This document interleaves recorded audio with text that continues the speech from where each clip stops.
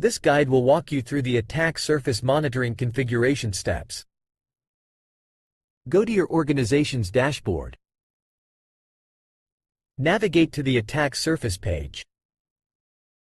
Then select the Discovery option. Select the assets in the inventory. Click here. Choose the option for creating a monitoring rule with additional configuration. You can still add assets to be grouped into the same monitoring rule, except they should be of the same type. Click on the Continue button. The next step is to configure timing of the scan, either cron, which is a simple way to define recurrent schedules, like once a week, once a month, the first Monday of each month, etc.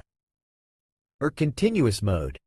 Continuous mode uses data collected from the target asset to detect changes, like store version, cache tags, or API schema changes.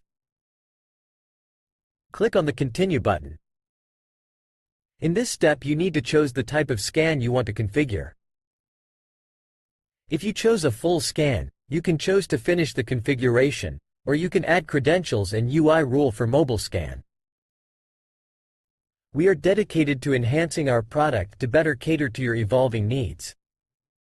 Stay tuned for exciting updates and advancements. Thank you for choosing Ostorlab.